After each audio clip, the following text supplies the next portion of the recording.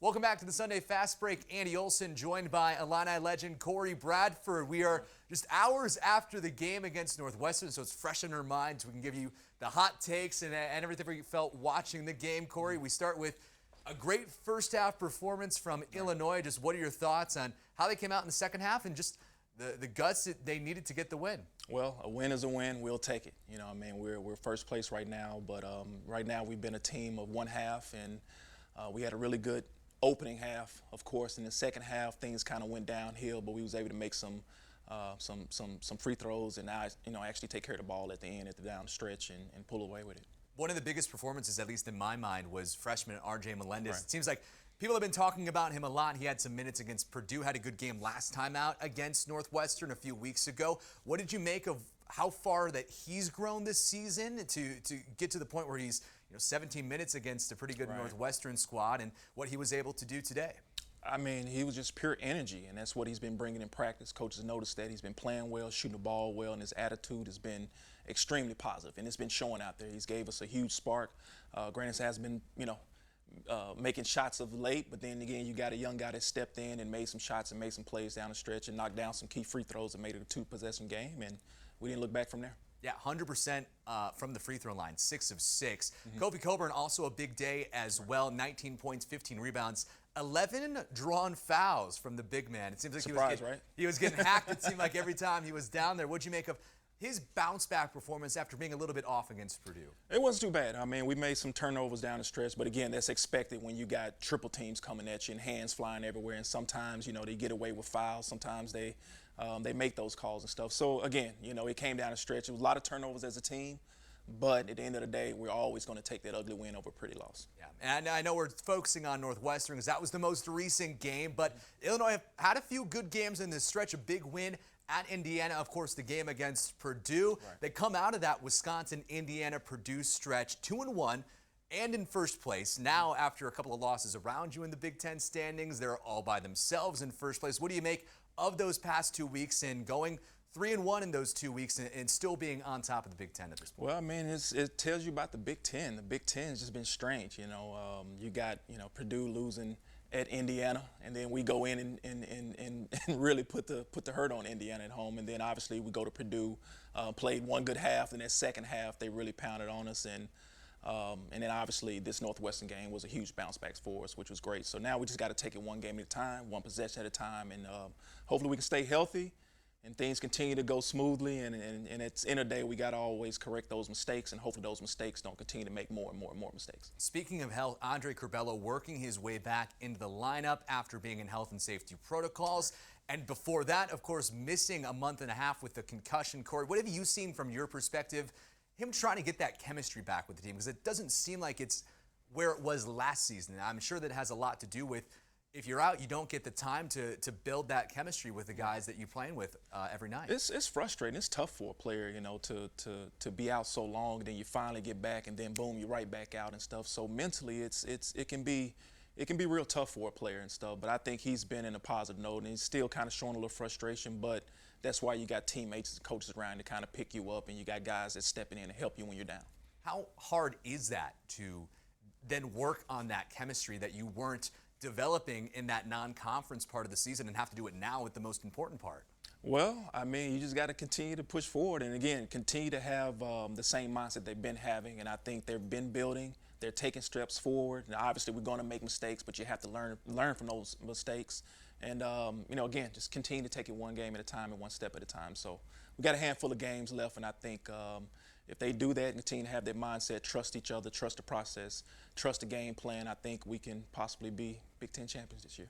And Trent Frazier looked good after being out or went down at the end of that Purdue game. It didn't seem like he had anything wrong with him tonight, and he's had a good stretch of games here going in a row. How important is Trent Frazier and DeMonte Williams, the guys who have been around this program for 5 years, to the recent run of success that they've been on, not just this season, but last season as well, and just keeping the train moving almost, because they've had their freshman moments, and now 4 years later, they're still playing college ball. I mean, it looks like it's helping them out a ton at this point in the year. Yeah, they're old guys now, and I think the guys are really really taking notice to really looking at those guys and continue to go off their leadership. And they're doing a great job of being positive with amongst each other and knowing how to communicate with certain players. You can't communicate with this guy a certain way compared to this kid and stuff like that. And again, we have a really good talented young bunch, you know, in those freshmen, and they're really, really soaking everything in from those older guys. That's exactly what I wanted to ask you about. Do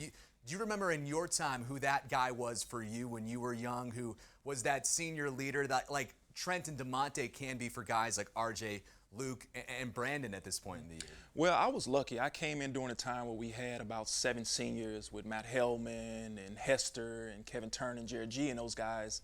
I was so lucky to get that veteran leadership from those guys. And obviously we were babies when we actually got a chance to play with each other. But as we know, after that Big Ten tournament, my freshman year, we just continued to build from there and just never look back. Yeah, now, I mean, Brad has been very complimentary of those 3 freshmen, so it should be very exciting where they go from this point in their careers. 6 games left now for the Illini. They go to Rutgers next week, and then they have a couple of tough games. Ohio State coming to Champaign. They're also at Michigan State. Cory, what do you make about that stretch? Because there's 2 big games in there against other top 5 teams in the Big Ten where a championship can be won or lost. Right. I mean, obviously we can't look ahead.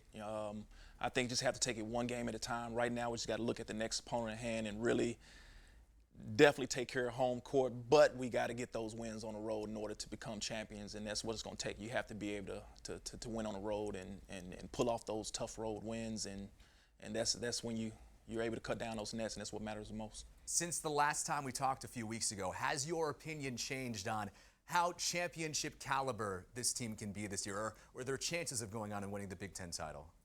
They just have to continue to stay on the path they're in. You know, it's not going to look pretty at times, but at the end of the day, the end result is about getting W's, and that's what they're doing.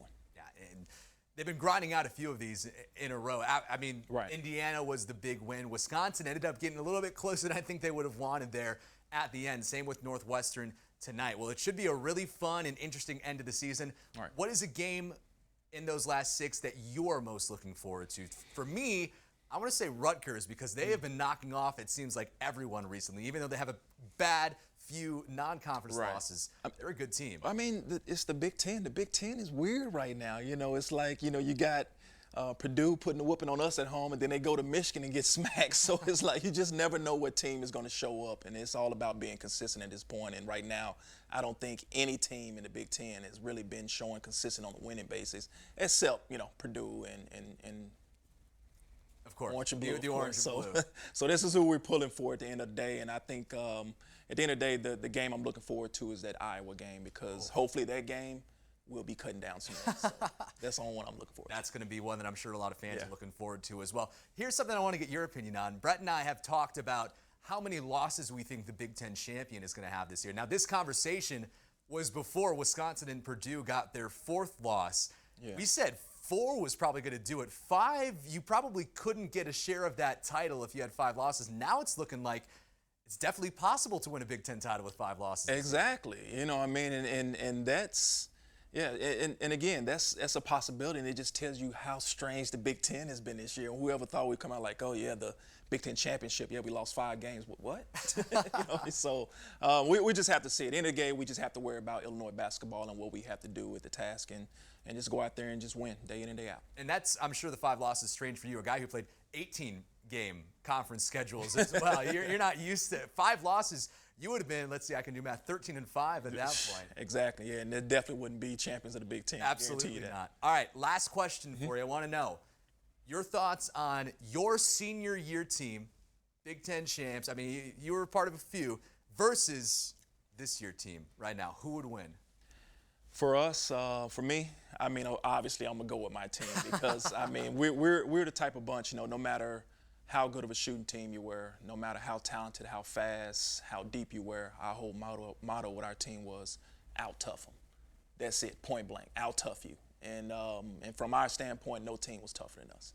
I love that. I love that you're going with your own team. You still love this year's team. You love those guys. Oh, love them to death, and they're leaning towards that, and they're tough guys. You know, I mean, they've been through a lot, obviously, mentally with COVID going on and stuff like that. But again, the presence of the fans and being able to play the game they love to do. I mean, it's fun to watch and see these guys develop. So I think everything's gonna be okay. And it's a tough group. It's a tough group. They got to be tough. All right, Cory. Love talking to you. We love your perspective. appreciate Thanks for joining us. Thank you. On the Sunday Fast Break. We'll see you back here in a few weeks. I hope you enjoyed the game, and should be a fun couple of weeks coming up. Thanks, Cory. Thank you.